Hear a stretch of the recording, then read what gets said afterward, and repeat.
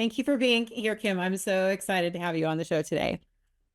Oh, goodness. Okay. So I've been following you on Instagram, which is where I find a lot of people these days. And I've been following you for a while. Your handle is Design Her Travel.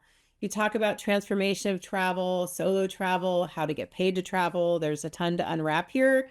But I want to start with travel for you. Or did you travel a lot as a kid? What inspired you to travel? And then you're so passionate about it that you teach other people about travel.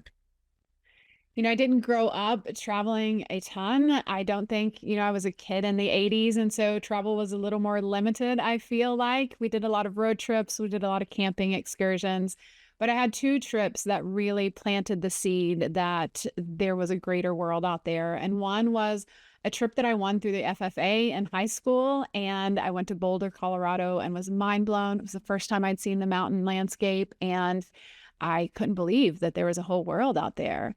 And then the next time was a spring break in university where we hiked into the Havasu Canyon, and I kept a journal during that entire trip. And I realized that I wanted more of this in life. And so I moved to, after university, moved to Hawaii, fell in love with the ocean, and have never looked back. It just was a seed that once it was planted, I couldn't shake it.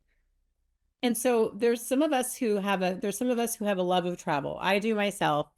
And I don't know where, I mean, my dad traveled for work. We call ourselves, our families are road warriors. So he would be in one spot for work, but we would travel to visit him. And it's nothing for me. Like, I feel like a 6 hour drive is about where I like it, but a 10-hour drive, I can knock it out in a day, no problem. If I'm traveling for work, like for the tours and things where I traveled state to state, I'd like try to keep it like 3 hour drive because then you still have to work. But this idea of how we get from one place to the next and what there is to see when we get there, and having kind of a guide that explains the concept of travel, really. Because we have this idea that travel means going to Europe, maybe, or taking a beach vacation, but travel is anything. It can be a 50-mile drive to the wine country or something. Yeah, absolutely. And, when I first thought about travel, it really was, oh, what are the foreign countries I can go to, And I spent so many years traveling. I mean, a lot, most of my adult life, I was a global citizen. Before sort of the digital nomad era, I lived and worked around the world.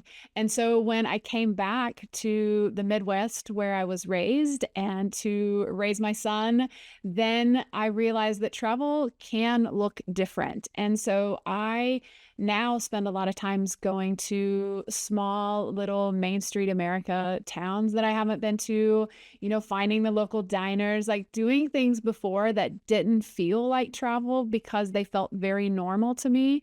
But now I find so much joy in just experiencing the new, no matter what it is. It doesn't have to be a grand scale. So my travel perspective has changed a lot over the years. When you traveled after university, after college, you said you started off with, traveling the world. So how many countries have you visited? How did you decide where you were going? What was kind of the transformation for you early on? The funny part about me is like I never really have like a grand plan for my trip. Like some people are Yeah. like, I'm going to take a year off. I'm Okay. going to see all of these countries. For me, it wasn't like that. My first overseas destination was New Zealand, and I left with my backpack, a surfboard, and $2,000 to my name. And I was away for almost 3 years. And Wow. yeah, and I didn't And you plan didn't this. plan to live there? You planned to visit, be there a bit? Okay. Wow, Yeah, that's amazing. yeah, I had a friend. I went to visit and then I just kept staying. And then that's when I realized I could explore the whole world. Mhm. And so, yeah, almost 3 years. I've been now to probably 40 countries. I'm not Wow. very good at keeping track, but Sure. probably around 40. And yeah, there's so many more to see. And when you were traveling, did you do a lot of that travel alone at first or always? I mean, at what point did you start thinking, well, I want to? One thing that I've experienced is, I traveled solo a lot for my tours. And then I get to a place and I think, I kind of wish so and so was here. I kind of wish I could show this to so and so. And I like to travel alone. I like like just kind of being responsible for myself and my own agenda. But then again, sometimes it's nice to have somebody with you. Yeah, absolutely. And I love solo travel. I do love the fact that you answer to no one. If you want to, eat at whatever time, you eat whatever at whatever time. I love that. And one of the things I liked about solo travel was staying in hostels where I could stay in one place and travel with others at the same time. So when I solo traveled, that was a way that I traveled with other people. And so now over the years, I know that especially as adults, I mean, I'm a single woman in my 40s, and not everyone has the freedom to travel, or some people's husbands don't like to travel, or, you want to go, but you don't have anyone to go with. So now that's why I think it's really important that we can tap into group travel and travel with other women and explore the world. It's like having built in besties that you didn't even know until you arrive. So I like that aspect of it now because female friendship is so important, and it's a great way to combine travel and that. Well, and I think too, you think about, well, what if I get with this group and we don't have much in common? I think the common yearn to travel, that's a starting point that you probably have these other things in common that make you want to go and seek out these friendships with strangers to go on these trips, or maybe bring one friend along to join the group. And there's safe ways to do it. So let's take a break. When we come back, let's talk about solo travel and also how you can get paid to travel. That's a concept that probably wasn't around back when you started loving to travel. So let's talk about that some more. We'll be back in just a moment.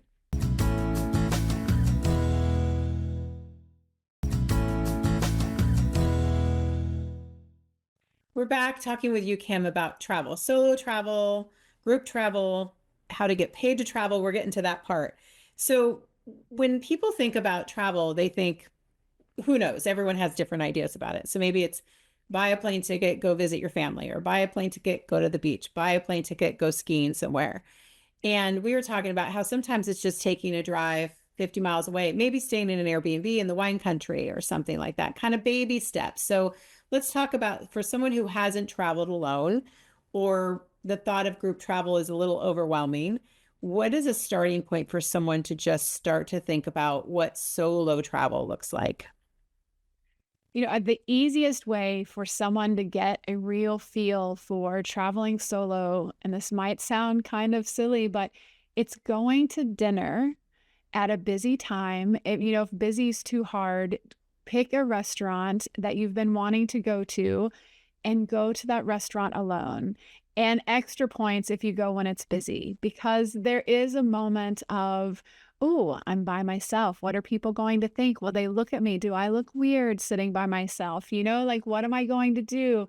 So ultimately, those are the same fears no matter what it is you're doing, no matter where you are. So if you go and have dinner by yourself, that's a great starting point. And it doesn't have to be anywhere, far away. You can do that for any particular restaurant. And it really does sort of test all of the pieces that you need to travel alone. So I always tell people that's a great starting point. It's true because I remember working from this eating alone part. I remember the first time I went to a movie by myself. I was like 24 years old or something. And I stood out in the waiting to decide if I was going to get in the line to go. Like, what will people think? I'm here by myself. I'm 20 something years old at the movies by myself, but it's a movie I wanted to see and nobody would go see it with me. And so I went by myself. Then you eat by yourself. And I once went to a concert by myself to Bob Seger because the guy I was dating didn't really love it. And he was going to, if I went with him, I sat in the nosebleeds. If I went by myself, I could get a floor single seat. And I'm all about the floor single seats because I got a better chance of getting to the front of the stage. And so it's like those building blocks, right? I don't think I would have gone straight to going to a concert by myself, although maybe, but having built on those skills of like, for the ideas, the concepts of being alone in a public setting and being okay with it. And nowadays it's much more popular or acceptable. I don't know if that's the word for us to be in those places by ourselves, and Yeah. make those travel plans. Absolutely. And I love that you say you went to a concert. I do it all the time because Mhm. most of my friends are married with kids and they just don't have the same lifestyle. So if I want to go to a concert now, I have no fear in buying one ticket and going because First off, you're never alone, really. You're surrounded by people.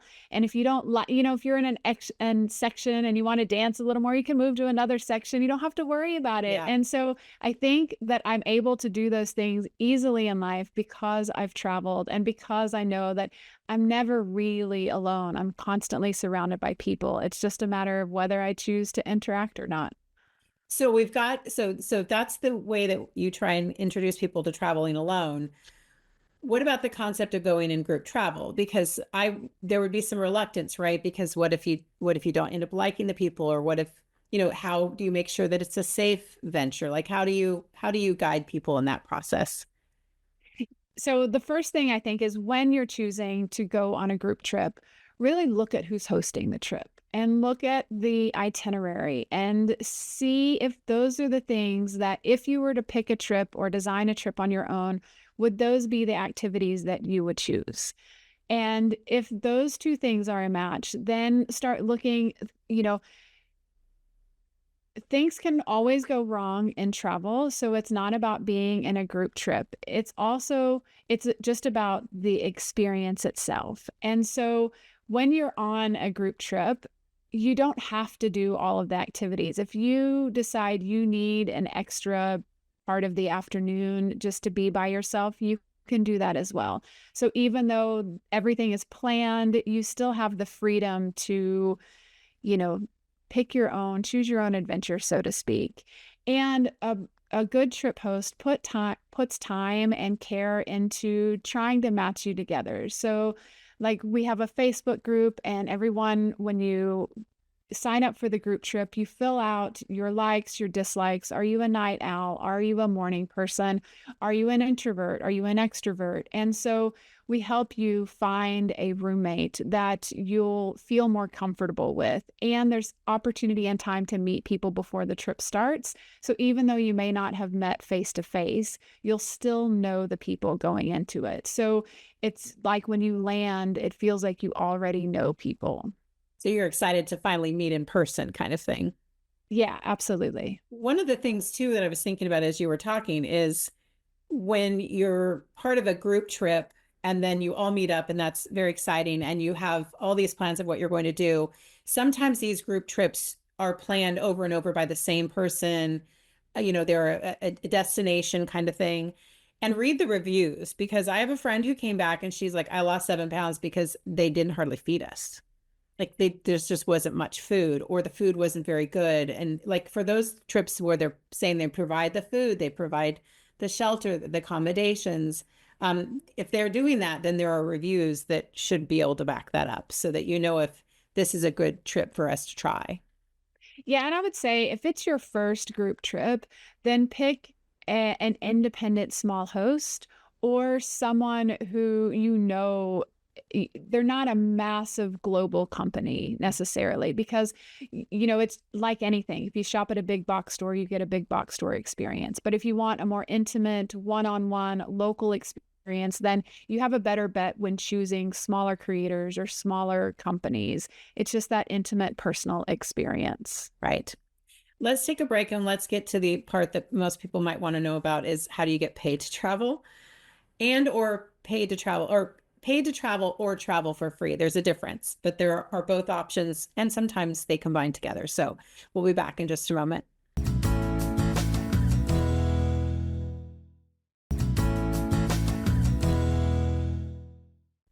Okay, Kim, we are wrapping up here with you, but I want to get to the part that some people might be most interested in.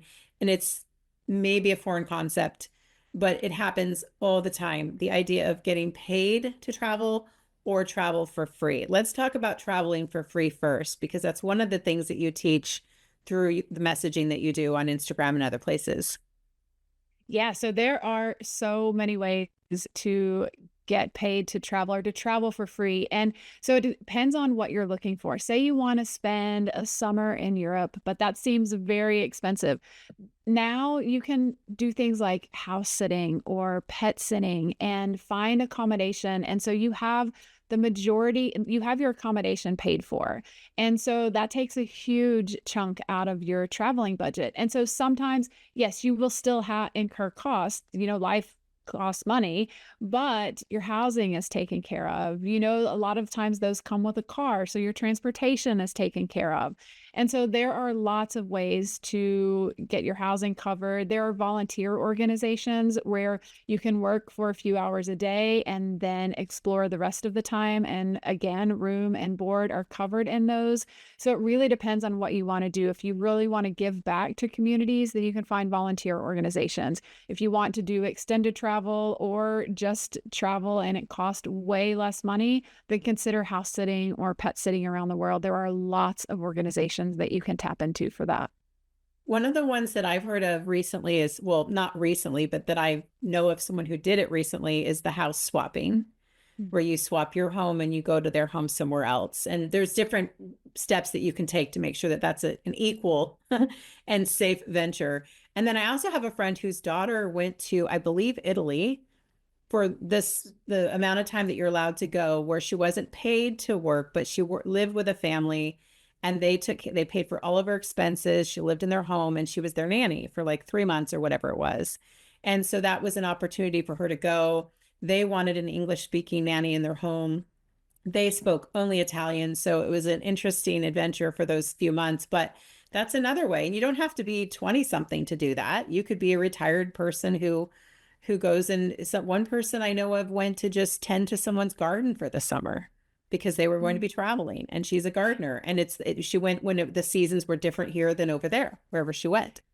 Yeah, absolutely. There are so many ways, like, and people, I don't think people understand how valuable being a nanny or an au pair is. A lot of people want English speaking teachers for their kids. And when you get into the high level of that and private staff, I lump all of those into private staff, you can actually make very lucrative income, get paid to travel, and have an amazing experience. So if you're a teacher, there you can also teach English abroad. That is another way to get paid to live in another community or another country. But being an au pair or a nanny for a family is a great way to also be able to stay in a place, get paid to travel. Sometimes you get paid, sometimes you get accommodation. There are as many possibilities as you can imagine. Well, I was a nanny here in the States in college. And once you also build that relationship, I mean, I was for two physicians and their family, and they had a beautiful house with a separate quarters for me. They paid my health insurance and my room and board, plus they paid me all the things. So that's what's happening in the States. So you could do that too here in the States if you wanted to just go live somewhere different for a year or whatever it is. But the cool thing about that is, the reason I bring it up is you've established these relationships that last a lifetime. So you can go back and visit. It's like, I have friends who had foreign exchange students living with them, and they still go and travel and visit that family, and that family comes here. And so it's just this world experience by being in someone else's home or inviting them into yours. Yeah, absolutely. And I worked in the private yacht industry for many, many years. So Oh, I have a friend who did that. yeah, I mean, it was a fantastic career, and I didn't know until I'd gotten into it that there are staffing agencies all around the world for private staff. So you can be a gardener, you can be a nanny, you can be an estate manager, you can work in private yachts, and they pay very, very well. I mean, they are demanding jobs, you know, there with everything, there's pros and cons, but I absolutely loved it. And I worked in this element of luxury that I hadn't didn't have experience with before that. So I was opened up to a whole new world of like the world's top 1%, you know, like, and it was just this wildly beautiful experience. And so you can find staffing agencies to find placement all around the world. And you're right. Once you're in and you have those references, and it just opens you up to an entire world of possibility. Well, one thing I'll say too is that I really like the idea that, well, we're talking about traveling for free. Let's talk about getting paid to travel, because that idea is even more appealing to some people. And, sometimes, like in my business, I was paid to go on tour. But if you're an individual who wants to be paid to travel, what does that look like? How does that even happen? There are, in this day and age, in the free market economy, online, as many possibilities as you can even imagine. So I would say to people that are like younger starting out, like if you want to travel more, then think about what you're putting out into the world. If you're a public speaker, then you can get paid as you did to speak. If you are a creator, then you can get paid to create. So a lot of the times that looks like brand sponsorship, or it just looks like when you go on your own trips, creating content around that. And then eventually hotels reach out or local companies reach out. So tagging the businesses that you're using while you're abroad and just growing your reach. And also companies look and say, hey, you promote this beautifully. Let's work together. So there are lots of ways to collaborate. You just have to realize that you kind of have to pitch yourself for it, but know that it's possible. The pitching yourself for it. I think sometimes that because the concepts are so different, like I think about retirees, for example, and I want to do a whole show on that with you and want to invite you back to just have that conversation because retirees, for example, this is such a foreign concept, I'd imagine, for most of them, because they're the ones that were taking us on our road trips, right? And that was our family vacation. That's what it looked like. Now, obviously, some people traveled the world with their parents. I did not, but I did travel a lot in the Pacific Northwest and along the West Coast. And I feel like that some of that travel gave me the, I don't know, just the idea that there are other places I could go and that going on a road trip is just as cool as getting on a plane. Sometimes it's more cool because you can control your environment a little more, or you can stack your car a little more than you can a suitcase. But retirees thinking, what would that look like for me? Because I've known of people who go as couples. Like one person takes care of one aspect of that household, and then, like you're saying, one can be the nanny, one can be the gardener. I mean, think about your hobbies. I know of a golf pro who traveled and lived with his family in exchange for golf lessons. I mean, who does that? But the Yeah. possibilities are endless. You just figure out what is your skill and what can you teach in exchange for these accommodations or this experience. Yeah, absolutely. And the retirees that I've interviewed on the podcast, they have talked about, a lot of people get to retirement and then they're like, what's the purpose? Like I lost my purpose. I'm not doing my work anymore. And so what their people are finding is that you can carry on with the aspects of your work that you really enjoyed and share that all around the world. So if you want to move to Mexico and teach kids, you can still live in Mexico and teach kids. And why it's beautiful for retirement is you can live abroad for much less than you can live in the US. So you can also extend your retirement and live, a nicer level of life possibly and carry on with your passions. And I think that's an important message to know that you can still do what you love after retirement begins. Well, I'm going to need to have you back because we're out of time and I still have questions for you. And I know that there's a lot you can teach this audience. I also think it's important to figure out how you can, like you're saying, live your passionate life and get paid for it. Like, what is your passion? How do you get paid for it? Or what is your passion? How do you travel for free? Which is essentially getting paid. Thank you so much for being here, Kim. I'll have you back soon. Well, thank you for having me. Take care.